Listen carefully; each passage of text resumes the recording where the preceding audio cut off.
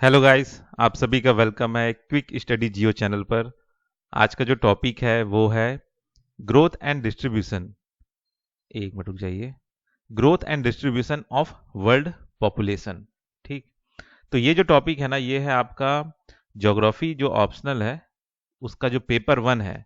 ठीक है, तो पेपर वन में आपका ये चैप्टर है पॉपुलेशन एंड सेटलमेंट ज्योग्राफी। ठीक है, तो उसका ये पहला टॉपिक है।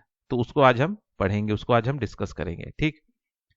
Growth and distribution of world population. अच्छा, एक चीज और यहाँ पे मैं बता दूं आप लोगों को कि ये जो जो भी चीज है, क्या बोलते हैं, अगर ये वाला जो अगर टॉपिक है, ये चैप्टर है, अगर आप पढ़ना चाहते हैं तो एक बुक मैं आपको रिकमेंड करूंगा।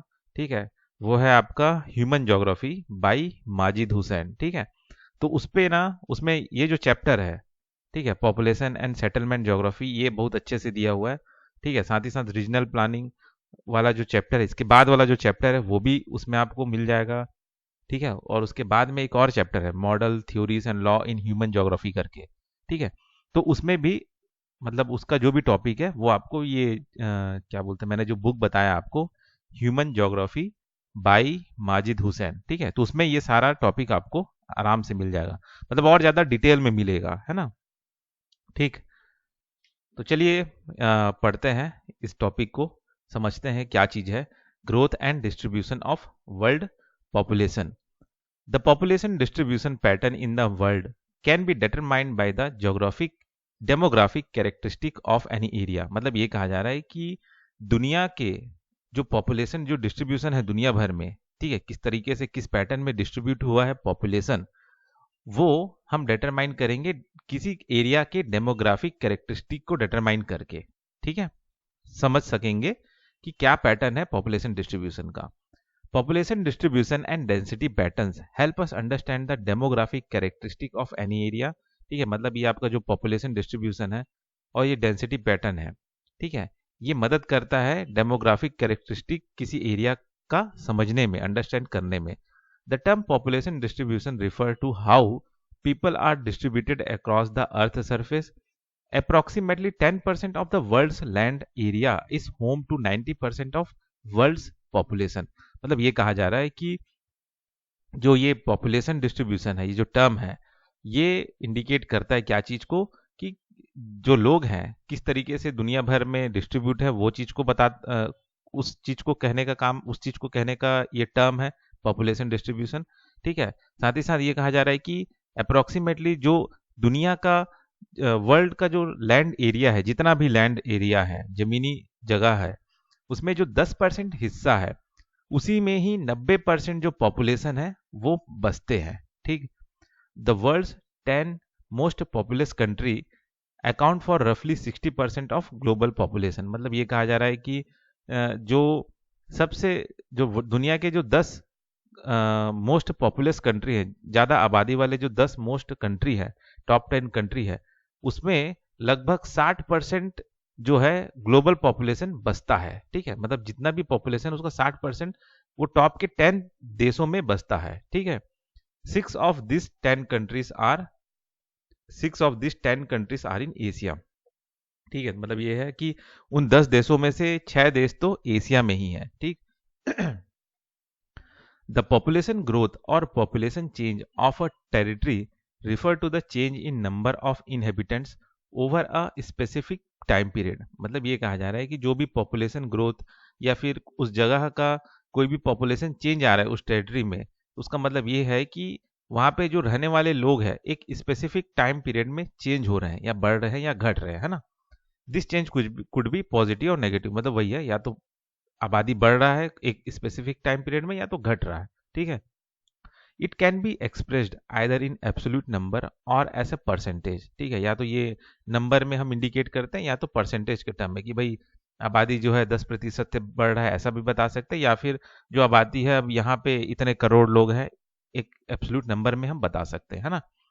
Population change in a region is an important indicator of economic development, social upliftment and the regions historical and cultural background. मतलब ये कहा जा रहा है जो किसी भी जगह का जो पॉपुलेशन चेंज हो रहा है किसी भी रीजन का, वो एक इंपॉर्टेंट इंडिकेटर है कि भाई, है ना, वो ये दिखाता है कि या वहाँ पे इकोनॉमिक डेवलपमेंट क्या हो रहा है, सोशल अपलिफ्टमेंट हो रहा है कि नहीं, ठीक है, वहाँ पे क्या कल्चरल बैकग्राउंड है या रीजनल हिस्ट्री है, ठीक है, इन चीज़ों के आधार पे वहाँ पे जो पॉपुलेशन चेंज है वो होता है, ठीक है, ये एक इंपॉर्टेंट इंडिकेटर है, ठीक।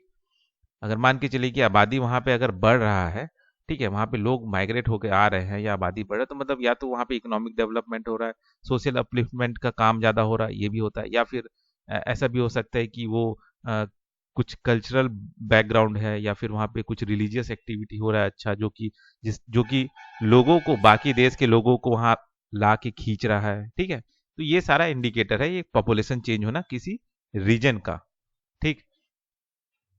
Population distribution. The term population distribution pertain to the pattern of distribution of people all over Earth's surface. Approximately 90 of the current world population, 90% of the current world population lives in around 10% of the available land area. ये मैंने आपको पहले भी यहाँ पे बता दिया, वही पॉइंट है ये, है ना। Broadly, a vast majority of 60% of the current world population is covered by around 10 most populous country in the world. मतलब यही है, ऊपर वाला जो पॉइंट है वही रिपीट हो गया यहाँ पे, है ना। द डेंसिटी ऑफ पॉपुलेशन, ये क्या चीज है? It is generally the ratio of total number of people of that area of the size of land, ठीक है। मतलब ये रेशियो है कि कितने नंबर ऑफ पीपल एक साइज ऑफ लैंड में रह रहे हैं, ठीक है, उसका रेशियो है। Calculating the density of population is important to understand the pattern of population inflation, ठीक है। ये जो डेंसिटी है इसको हम पता करके, कैलकुलेट करके ये पता कर सकते हैं कि जो पॉपुलेशन में बढ़ोतरी का जो पैटर्न है उसको, वो क्या है, उसको समझ सकते हैं, अंडरस्टैंड कर सकते हैं, ठीक। The population density is calculated using the number of person living in a square kilometre, ठीक है। मतलब एक स्क्वायर किलोमीटर एरिया में कितने नंबर ऑफ लोग रह रहे हैं, ठीक है, यह है आपका पॉपुलेशन डेंसिटी, ठीक। Factors influencing the distribution of population. तो अब ऐसे क्या क्या फैक्टर्स है जो ये पॉपुलेशन डिस्ट्रीब्यूशन है उसको इफेक्ट करता है, ठीक है। Population distribution can be influenced by a various factor out of which some of the geographical factors and economic factors act more, ठीक है। मतलब कुछ कुछ फैक्टर्स है जो इन्फ्लुएंस करता है पॉपुलेशन डिस्ट्रीब्यूशन का, जिसमें से ये जो जोग्राफिकल फैक्टर है और इकोनॉमिक फैक्टर है ये ज्यादा मायने रखता है, ये ज्यादा इफेक्ट करता है पॉपुलेशन डिस्ट्रीब्यूशन को, ठीक। Here are a few economic and geographic factors to mention a few they indirectly govern the population distribution and density of population, ठीक है। मतलब वही चीज बता रहा है कि यही दो फैक्टर है जो ज्यादा इंपॉर्टेंट है ना। अब जानते हैं ये क्या फैक्टर है। तो पहला है आपका ज्योग्राफिकल फैक्टर। ज्योग्राफिकल फैक्टर में क्या आता है? पहला चीज क्लाइमेट, ठीक है। Human habitation cannot handle extreme climate which are very hot or cold desert, hence a low population is found in such area, ठीक है। मतलब ये कह रहा है कि एक्सट्रीम क्लाइमेट कंडीशन को ह्यूमन जो है वो नहीं झेल सकता, ठीक है, ना ही एकदम से ज्यादा ही गर्म जगह, ना ही एकदम से ठंडा जगह, ठीक है। अगर ऐसा हो तो वहां पे पॉपुलेशन जो है बहुत ही कम होता है। People are more attracted to and prefer area with a comfortable climate with little seasonal variation and stable environment, ठीक है। मतलब ऐसे जगहों को लोग प्राथमिकता देते हैं जहां पे मौसम ज्यादा बदलता नहीं है, ठीक है, स्टेबल एनवायरनमेंट रहता है, ठीक है। तो ऐसे कंफर्टेबल क्लाइमेट को लोग ज्यादा चुनते हैं। For example, historians from early periods inhabited the Mediterranean region because of their pleasant climate and supporting weather. मतलब ये इतिहास में ये देखा गया कि जो मेडिटेरेनियन रीजन है, ठीक है, उस जगह में लोग ज्यादा बसे हैं। क्यों? क्योंकि वहां पर जो एनवायरमेंट है ना वो नॉर्मल रहता है, ना ज्यादा ठंडा है, ना ज्यादा गर्म है, ना ज्यादा वहां पे कोई भूकंप या बाढ़ आ रहा है, ऐसा कुछ नहीं, नॉर्मल एरिया रहता है, ठीक है, शांत एरिया है, ठीक है। तो इस जगह को लोग ज्यादा चुन रहे थे, ठीक। दूसरा क्या ज्योग्राफिकल फैक्टर है जिससे आपका जो पॉपुलेशन है वो आकर्षित होता है? तो वो है आपका सॉइल, ठीक। Fertile soil is a must for agriculture and allied activities. Fertile loamy soil is very important for agriculture as it support intensive agriculture and gradually more population is found in this region. मतलब ये कहा जा रहा है कि जो उपजाऊ मिट्टी होता है वो एग्रीकल्चर के लिए या उससे जुड़े हुए जो भी एक्टिविटीज हैं उसके लिए सबसे ज़्यादा अच्छा होता है। तो जहाँ पे फर्टाइल सॉइल होगा तो वो जाहिर सा बात है वहाँ पे इंटेंसिव एग्रीकल्चर होगा, और जाहिर सा बात है कि उस जगह पे ज़्यादा से ज़्यादा पॉपुलेशन जो है आके बसेगा। ठीक है, तो ये हो गया आपका जोग्राफिक फैक्टर। ठीक है, उसके बाद आता है आपका इकोनॉमिक फैक्टर। तो इकोनॉमिक फैक्टर क्या क्या है जो पॉपुलेशन को आकर्षित करता है? ठीक है, तो पहला है आपका minerals. Industries are largely found in the area where large mineral deposits surround. This generate greater employability. The skilled and semi-skilled worker who are in search of employment move to this area. This increases the density of population in such areas. Katanga, Katanga Zambia, Katanga, ठीक है, Katanga Zambia copper belt in Africa is the classic example in this scenario due to its abundant mineral resources. मतलब ये कहा जा रहा है कि जहाँ पे ना मिनरल्स मिलते हैं, मिनरल्स डिपॉजिट मिलते हैं, वहाँ पे देखा गया है कि इंडस्ट्रीज लगते हैं ज़्यादा। ठीक है, अब जहाँ पे ज़्यादा इंडस्ट्रीज लगेंगे तो जाहिर सा बात है वहाँ पे रोजगार मिलेगा।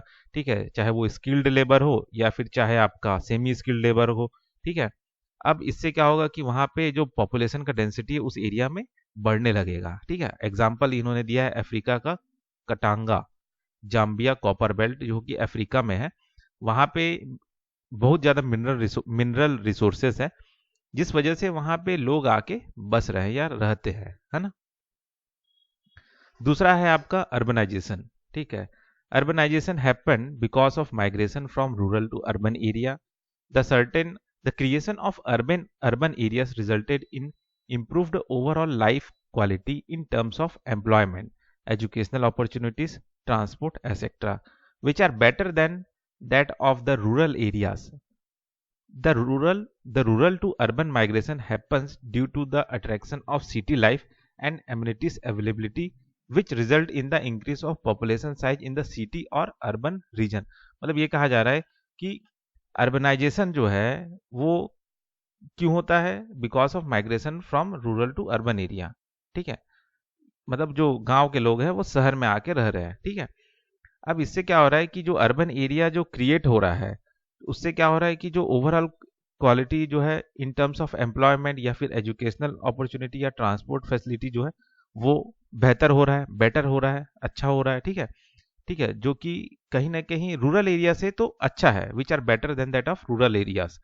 ठीक है, अब ये जो रूरल से अर्बन माइग्रेशन हो रहा है ये क्यों होता है? Due to attraction of city life. ठीक है, या फिर जो बेसिक फैसिलिटी या जो सुविधाएं जो शहरों में मिलती है उस वजह से ये रूरल टू अर्बन क्या बोलते हैं माइग्रेशन होता है। ठीक है, इससे क्या होता है कि जो अर्बन रीजन है वहाँ का जो पॉपुलेशन है वो बढ़ता ही जाता है, इंक्रीज होता है पॉपुलेशन साइज। ठीक है, तो ये कारण है अर्बनाइजेशन का। तो ये एक फैक्टर हो गया इकोनॉमिक फैक्टर में अर्बनाइजेशन, जो कि पॉपुलेशन डिस्ट्रीब्यूशन को इन्फ्लुएंस करता है। ठीक है, उसके बाद तीसरा कौन सा इकोनॉमिक फैक्टर है? इंडस्ट्रियलाइजेशन। सेम वही ऊपर वाला टाइप पॉइंट ही है, समझिए, है ना। Industrial belt have good job opportunities which attracts a large group of people to the area of industries. This not just includes the industries operators but jobs such as transport operators, shopkeepers, bank employees, doctors and other such services also get attracted. A classic example of population density due to industrial development is the Kobe Osaka region of Japan. ठीक है, Kobe Osaka region of Japan. It become thickly populated due to several industries. मतलब ये जो line है, ये जो चीज कहा गया है कि ये जो इंडस्ट्रियलाइजेशन जो इकोनॉमिक फैक्टर है उसमें वही है कि एक बार जब इंडस्ट्रियल बेल्ट बन जाता है, किसी भी चीज को लेके इंडस्ट्रीज वहां पे लगने लगता है, तो वहां पे कई सारे जॉब अपॉर्चुनिटीज निकलते हैं। ठीक है, अब वो जॉब अपॉर्चुनिटीज कई सारे हो सकते हैं। ठीक है, जरूरी नहीं कि उस इंडस्ट्रीज के लिए ही लगे हों, वो और उसके अलावा भी कई काम करते हैं। ठीक है, अब जैसे ट्रांसपोर्ट ऑपरेटर हो गए, शॉपकीपर हो गए, बैंक एम्प्लॉय हो गए, डॉक्टर हो गए, और भी जो भी अदर सर्विसेज हैं जो कि वहां पे रहने वाले लोगों को हेल्प कर रहे हैं। ठीक है, तो ये एक कई सारे जॉब अपॉर्चुनिटीज हो जाते हैं। ठीक है, तब इससे क्या होता है कि वहां पे आपका जो पॉपुलेशन है वो बढ़ जाता है ना। एग्जाम्पल इन्होंने दिया है कोबेओस्का रीजन जो है जापान का, वो बहुत ही ज्यादा हाईली पॉपुलेटेड रीजन है। ठीक है, उसके पीछे कारण है क्या? Industrial development. ठीक है, ये कारण से हुआ है। ठीक। तीसरा पॉइंट है सोशल एंड कल्चरल फैक्टर्स। ठीक। प्लेस विथ रिलीजियस और cultural significance also attract a large number of people. ठीक है, मतलब ये कहा जा रहा है कि वो जो जगह है अगर वो कुछ रिलीजियस इंपॉर्टेंस रखता है, मतलब कोई धार्मिक चीज होता है वहाँ पे, कुछ कल्चरल इंपॉर्टेंस है, तो वो भी लोगों को बहुत ज्यादा आकर्षित करता है वहाँ पे बसने के लिए, वहाँ जाने के लिए। ठीक है। Place with social and political unrest do not excite population density to increase. ठीक है। ऐसे जगहों में लोग नहीं जाना चाहते जहाँ पे दंगे फसाद हो रहे हैं, सोशल अनरेस्ट है, पॉलिटिकल अनरेस्ट है। ठीक है। वैसे जगहों में जो पॉपुलेशन डेंसिटी है वो कम हो जाता है। ठीक है। In recent time, schemes where government offer grant for people live in sparsely populated area and move away from overcrowded place have risen।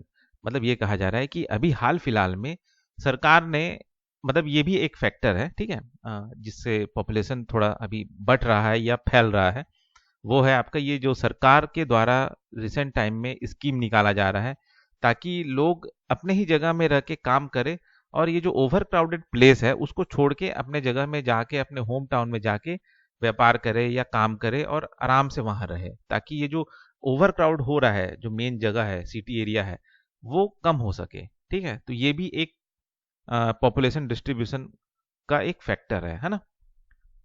Population growth ये क्या होता है, अब इसको जानते हैं। द टर्म पॉपुलेशन ग्रोथ और population change means the number of people inhabiting or entering a particular country or a region during a specific time. This can be either positive or negative। मतलब वही है कि एक specific time में किसी reason में कितने नंबर ऑफ पीपल वहां पे आके रहे, ठीक है, या चले गए, ठीक है, वो है आपका पॉपुलेशन ग्रोथ। और ये जो पॉपुलेशन ग्रोथ है या तो पॉजिटिव हो सकता है या आपका नेगेटिव हो सकता है। ठीक है। The population density can be indicated in number और टर्म्स ऑफ परसेंटेज। वही है, मतलब बताया था मैंने, एब्सोल्यूट नंबर में या फिर परसेंटेज के टर्म में आप इसको पॉपुलेशन डेंसिटी को बता सकते हैं ना।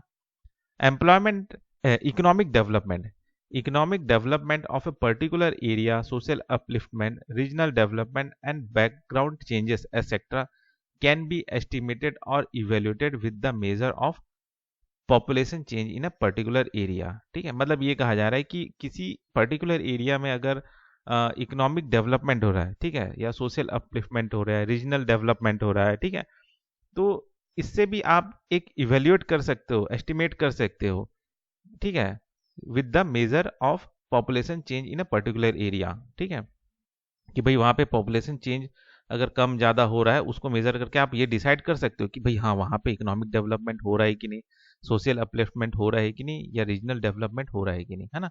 अगर छोड़ के जा रहे हैं तो जाहिर सा बात है वहाँ पे कोई अपलिफ्टमेंट नहीं हो रहा है, कोई डेवलपमेंट नहीं हो रहा है, कोई इकोनॉमिक एक्टिविटी नहीं हो रहा है। ठीक है। तो ये एक मेजर है जिससे हम इस पॉपुलेशन चेंज के जरिए हम पता कर सकते हैं, है ना। तो इस वीडियो में बस इतना ही। ठीक है। तो ये आपका कवर होता है आपका growth and distribution of world population. ठीक है। तो बस इस वीडियो में इतना ही, फिर मिलते हैं नेक्स्ट वीडियो में।